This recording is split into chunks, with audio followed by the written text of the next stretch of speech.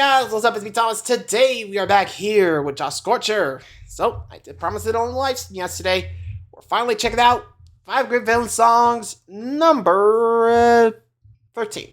Sorry, I had to double check the number. So, 13. I don't know what to expect, because, come on, 5 Great Villain Songs. So, without further ado, let's get to it. Be sure to like, subscribe for more. Hope you enjoy. Let's go. Making up a song about Copyright. Welcome to 5 Great Villain Songs, where we talk about one villain song from each of the 5 categories: non-Disney movies, theater, TV shows, video games, and fan-made. These are not ordered in any way and will release a volume every month. Feel free to let me know what other songs you want me to talk about in a future volume. In the meantime, enjoy with the show.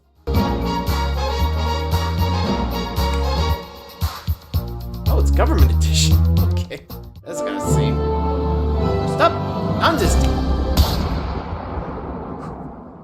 We've talked about the Barbie movie before, but I'm sure you all know that's not the only Barbie movie. To find the rest, we gotta trudge through the Uncanny Valley. Yep, the animated Barbie movies are pretty cheap and they look very cheap. But to their credit, with the right cooks in the kitchen, they can have stories that range from surprisingly profound to so batshit insane it's fun. We're looking at one of the latter here today with Princess and the Pauper. Advisor Preminger is as classic a scheming right hand as they come, planning to worm his way up into marrying Princess Annalise by scamming the royalty with gold that he sneakily steals from them. Also, he's got the world's creepiest poodle.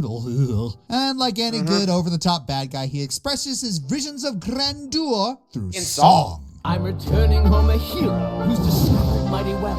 And what better husband could a princess choose?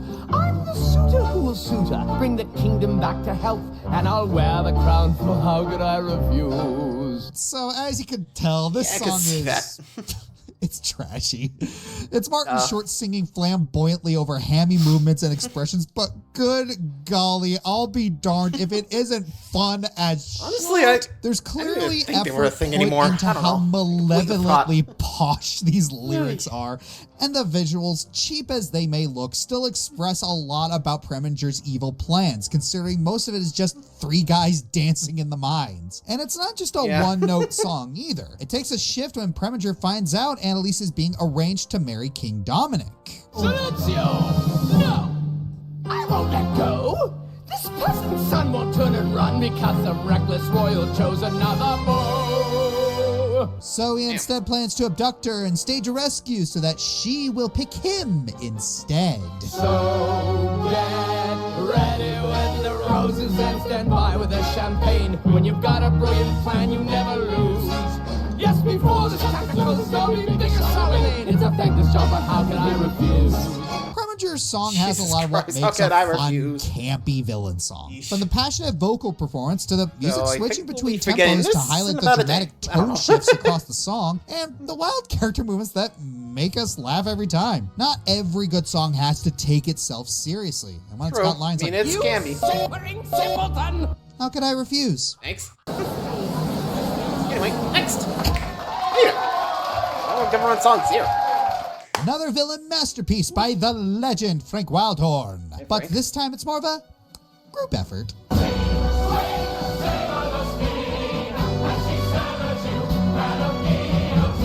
The song takes place during the French Reign of Terror, where anyone suspected of being an enemy to the revolution was given a silver necktie. The guillotine adopted many such nicknames, including the title of today's song, Madame Guillotine. How regal. Get it? No. Now the main antagonist of Scarlet Pimpernel is Chauvelin, who we may or may not cover another day. However, the crowd of onlookers and executioners during the song certainly qualify, as they bring to justice the Marquis de Sire, who was basically doxed to the people by Chauvelin himself. So, same side, really. Well, the crowd sings about 2 different types of lyrics in this song. Lines of pure hatred towards the ones they're executing, and glorious praises to Madame Guillotine. Now gaze on our goddess of justice, with her shimmering, delivering blade. The Marquis de Sire even has his own little verse. God, can you not feel the terror, like a fire in the air?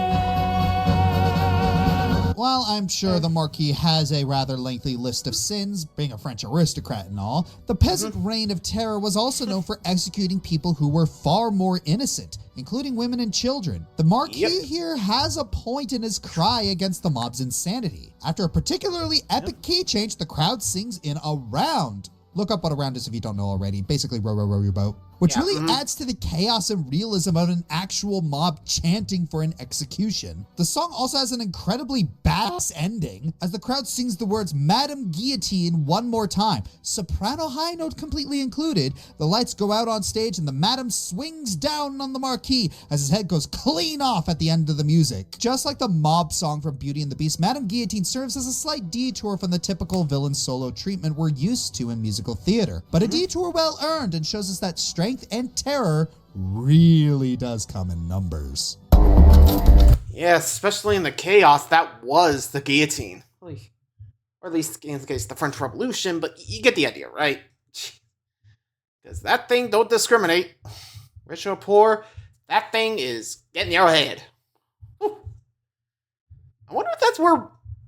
Sorry, I'm just thinking, like, you know how, like, the Red Queen from Alice in Wonderland was, like, obsessed with off with her head! You know, that? I think it was like a parody of, like, the guillotine. I mean, it was Madame Guillotine, so honestly, I wouldn't be surprised if that was the case. I mean, I'm not sure if I'm right, but if you guys don't, let me know, but you imagine. Anyway, moving along. Stop TV! Next. Well, if we're doing this, I'd better dress the parts. Oh. Once more Hey, with Firebrand, welcome back. With her status as the Princess of Friendship secured with a new castle, it's time for Princess Twilight Sparkle and her friends to start a new mission. Globe-trotting across Equestria, solving friendship problems. And their first problem takes them to the village of... village? Quality? Town? Totally not a cult camp? Either way, the village is one big equal sign full of creepy smiling ponies with muted colors and the same cutie mark. It doesn't take a genius to see that something smells that's brainwashing. Mark, especially when they meet the mayor, Starlight Glimmer. Apparently, this place is supposed to have a The only utopia bright of one true here. harmony. They even have their own anthem. She rallies the town together to sing a cheerful song about their perfect world. No fighting, no competing.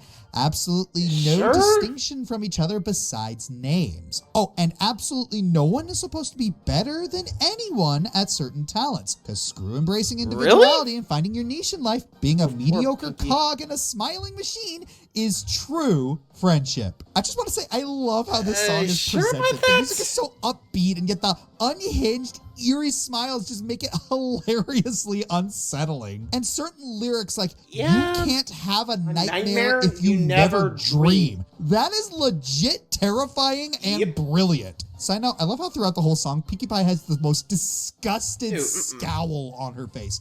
She's the pony who loves spreading smiles, and if someone's wearing a fake smile, she ain't gonna stand for it. Fun fact, composer and writer Daniel Ingram based the song off of World War II propaganda songs. All that's missing is the main six working in a factory in Starlight Land. For real though, I can't unsee the inspiration because it checks all the boxes. A cheerful tune with some subtly horrifying lyrics, all the while taking the myth that you have to be the same as your friends to literal when Pinkie's frowning, you know it's not a good Starlight's place. motivation for all this was maybe a little muddled, but this haunting melody showed why she was an effective villain, managing to force an entire town into she hated cutie marks because her friend got one before her, and under the guise of true happiness. And yet she avoided getting the stone imprisonment treatment. Guess it all starts with the sorry, am I right? Ponies. How are the twins doing? Not bad so far. Harmony's keeping an eye on them whilst I make my deliveries. Speaking of, after this I got a delivery for... a snap shutter and a main all good. Ain't all good? Oh boy, here it comes. Run! Negligent wastes of oxygen. Time out! Jeez! Okay, last crusade. Good to know. Sheesh. Yeah, I was about to say, same with the FOB, huh? Sheesh. Video game. Ooh. At this point, you're probably expecting a villain song from a certain politically charged game to make an appearance here. That's right, it's time once again to talk about Library of Ruina. Wait a minute. To those of you who have never heard of the Project Moon games, which is probably most of you, the setting in these games is simply known as the City. A dystopian, cyberpunk-esque city, go figure, where things that are taboo are commonplace and death is around every corner. Library of Ruina is the second title of this line of games, and it focuses on one of many different political factions, the Index. And in Library of Ruina, the Index has its own villain song, Children of the City. Context. The Index is a group that issues strange prescripts to its citizens in lieu of taxes. The prescripts are delivered by messengers and can be anything from simple things like wave 7 times at an intersection to more concerning things like extract the spinal cords of all 37-year-olds in the residential area, to downright nonsensical things that some of the citizens can't interpret, like kill the painting you made or conquer yourself. I don't think... Like, seriously, Dark Link, what That's the hell not how does that that works. even mean? If you don't follow your prescript, the Index will know somehow, and they'll send someone over to kill you. It's these prescripts that ease us into the song, which almost sounds beautiful and hypnotic, like the singer's trying to brainwash the player into following their prescripts. Also, For a total of 800 hours per day. 100 a day? Of milk warm up before you go play. A lot of the song is sung from the perspective of an Index messenger named Jan, who's been secretly offering people loopholes to the prescripts after he was forced by the Index to kill his family. The only problem is that Jan has been forging prescripts for people to follow, and the Index no likey. But they don't get to kill him for it, because the people in the city outright get a prescript saying to follow all prescripts made by messenger Jan. So yeah, he gets off scot-free. But he soon comes to a horrifying realization about the Index. They don't exist. The Index's prescripts were made via a seismograph that records the vibrations people make in the city, and this revelation leads to Jan completely losing hope. Realizing all his efforts at exerting free will were meaningless, he transforms into a distorted monster and is sent to the library shortly after to die. That's right, Children of the City is his boss theme. As we circle to pump the 9mm past fire, swallowing the fact that other never expand. We had no purpose. This song is so beautifully bleak. Such a hypnotic melody and definitely this somber game. lyrics. Some people have interpreted the prescripts in the song as belonging to Jan. With these prescripts alternating between lyrics that capture Jan's hopelessness, it's no wonder that would be the song we hear during his boss fight. As the song concludes with trying to find the value of E, resulting in infinite numbers, we're left feeling almost as hopeless as Jan, realizing the futility of trying to fight against the ruling powers of the city. It's this depressing complacency to this corrupt government where the only way out is at the tip of a blade. Harsh, but that world, it works, I guess. Next up, fanmade. Allow me to imitate pretty much the majority of my staff earlier this month. What? Silksong's finally out! Silksong's finally out! I'm pretty sure everyone beat him up for that. Come here, boy. While I am not a fan of this series, I'm glad it's successful. For how popular Hollow Knight is, especially among indie titles, it surprisingly doesn't have as much fan music as some of its fellow independent games. Thankfully, the few we do have are high in quality, just like the game they hail from. Shout out to the Undertale covers in the style of Hollow Knight, but the one I want to talk about today, specifically, is To the King by Taikim. Oh, ashes to ashes, you're dust into dust, telling yourself that you do what you must. Aside from fluffy, agonizing Moth Mommy Absolute Radiance, there aren't a lot of villains in Hollow Knight unless you count miscellaneous bosses. Though I would argue that the Pale King is a bit of an antagonist in his own right. While he did create the bountiful kingdom of Hallownest, he did sort of, sacrifice hundreds of thousands of his own children to remain more relevant than the Radiants? Pretty much. Whoops. To the King is, well, a letter to the Pale King of Hallownest, detailing the suffering of the people just for the sake of the Pale King's selfish desires of an eternal kingdom. We lived and we died so that you could pass time. We hope you enjoyed your last subjects of laws. In-game, some of the most famous words spoken are, no cause too great, no mind to think, no will to break, no voice to cry suffering, which are beautifully implemented into this song to really highlight the lengths the Pale King was willing to go in order to defeat the Radiants with no regard to the citizens of Hallownest. All lore aside, this piece has exquisite instrumentation, ruled by a bleak but revolutionary piano, strings, and percussion. It really is reminiscent of the kind of music that dominates the actual game itself. Christopher Larkin would be proud. With the Pale King being a more unconventional villain, the song not only calls out his horrid deeds, but also seems to plead for mercy and beg for him to stop, as if to imply that he could do better. Think of your children, think of your men. The Pale King even replies in the song,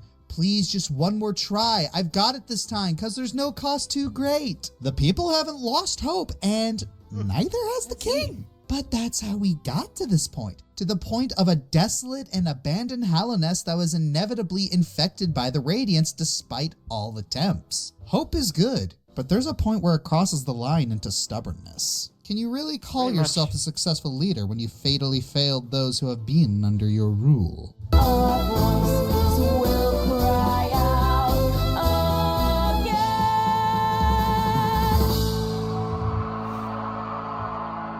Harsh, but it's a point.